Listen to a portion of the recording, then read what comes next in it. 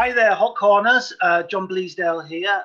I'm with Paul Starkman, who has directed an amazing film called Wheels about the hip hop culture in Brooklyn. And I'm very happy to have you here, Paul, to talk with me about this film. Thank you so much. I'm really happy to be here with you as well. It's Thanks for having me. Great. And we were just talking before we started recording about we're recording this the day after Joe Biden's inauguration.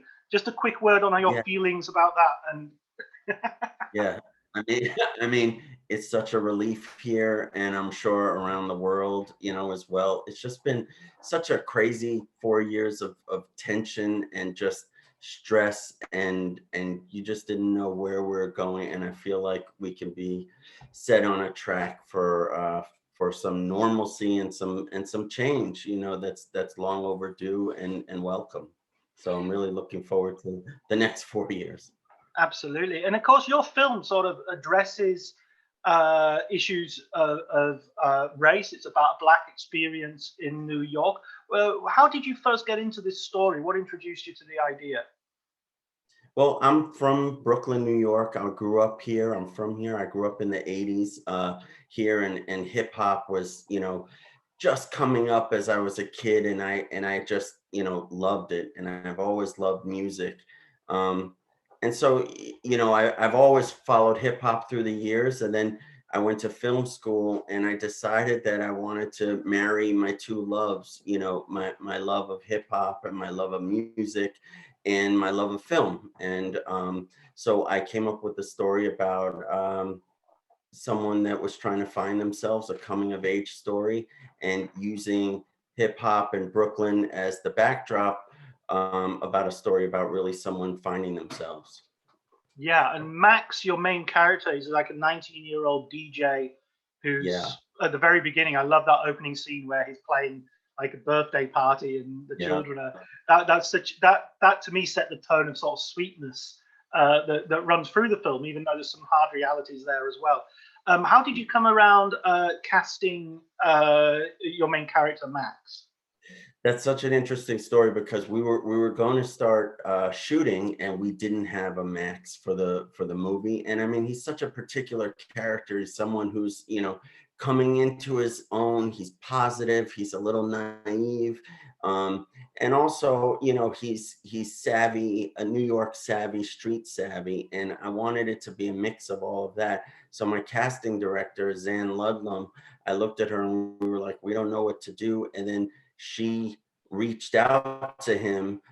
He had done a film called Roxanne, Roxanne, which was on Netflix, where he played MC Shan. And he came in, and as soon as he started reading the words, it was like, he is him. He embodies this guy. And, Arnstar is his name. He's a rapper, performer, dancer. His father was one of the original Rocksteady crew members. They founded the Rocksteady crew. His late father, he passed away, and his sister is a rapper as well. So it's like hip hop is in his blood. He's from Harlem, he's from Brooklyn, and he carries that with him. And it's just the way he is. He's just a positive character, and he's coming up on his own as a rapper and an artist himself. So he And was you a great introduced fit. you have more hip hop in the world there. There's a real sort of I really love the idea of sort of seeing the garage band aspect of hip hop, rather than Mhm. the maybe a more MTV version of it. Right. Yeah. That's one of I think overall themes of the film. I didn't want to do. It's not a glossy hip hop film, and it's not.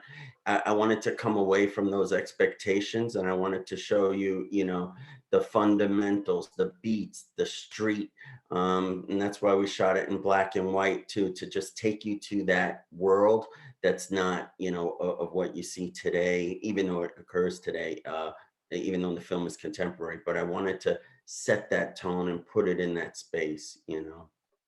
Yeah, I was wondering about because also even though you have this sort of this aesthetic of the black and white and the street, it doesn't feel like a really low budget film. It looks really, the production values seem to be really high. How did you manage that? Did you have a good budget, or was there a lot of ingenuity? I would say a lot of ingenuity and planning. I work a lot in TV, and a lot of my peers came along. It was a very low budget film, so they came along and brought their expertise with it. Production design.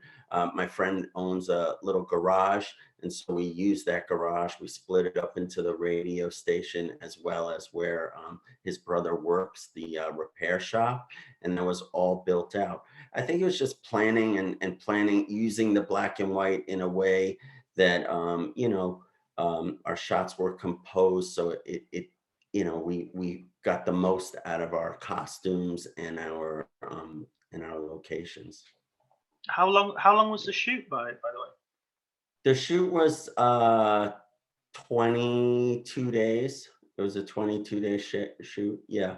And yeah, and I think that we really wanted to.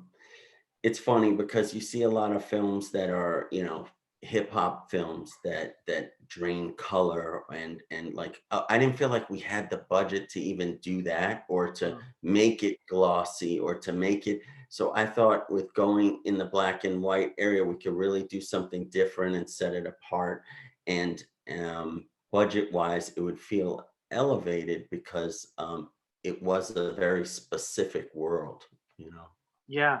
Um, uh, Also, I mean, obviously with the music, how did you go about using that music? Did you have people write original stuff for it, or how did it go?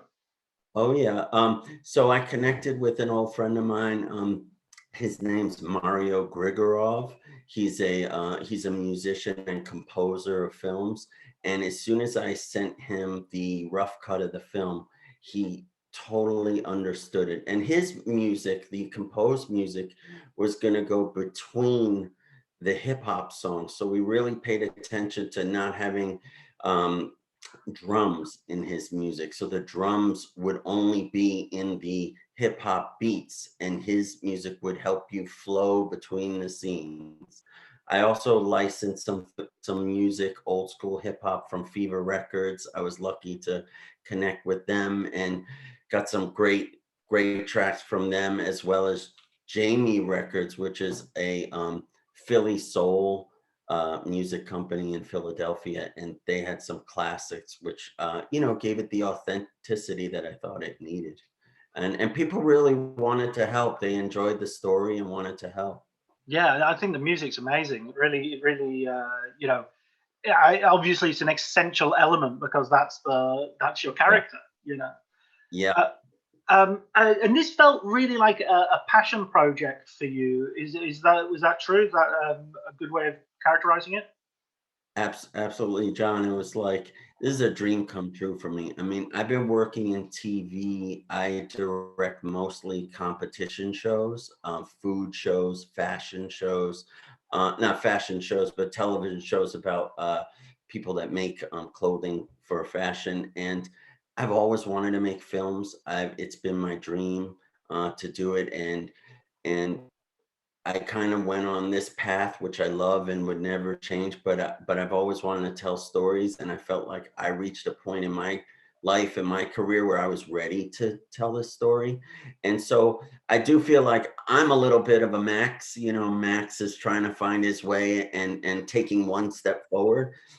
And I feel like making this film is the first step in my career in filmmaking. To you make one, to make two, to make three, and so it's really a passion project. Yeah, And all so my what? yeah.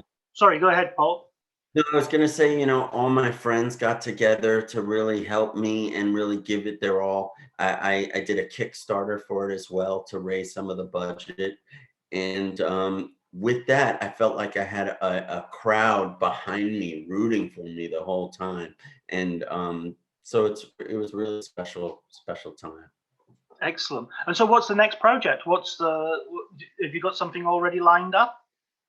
I have a couple of screenplays, and one my wife and I, Cheryl, we are just about wrapping up writing our next project. It's another New York story, very different, and coming from a very different angle. So, but we're gonna get that going hopefully sooner than later. Yeah. Excellent. Well, thanks very much for talking to us, Paul. It's been great. And that's Thank you. all. Sorry. And that's all from us at HotCon. See you soon.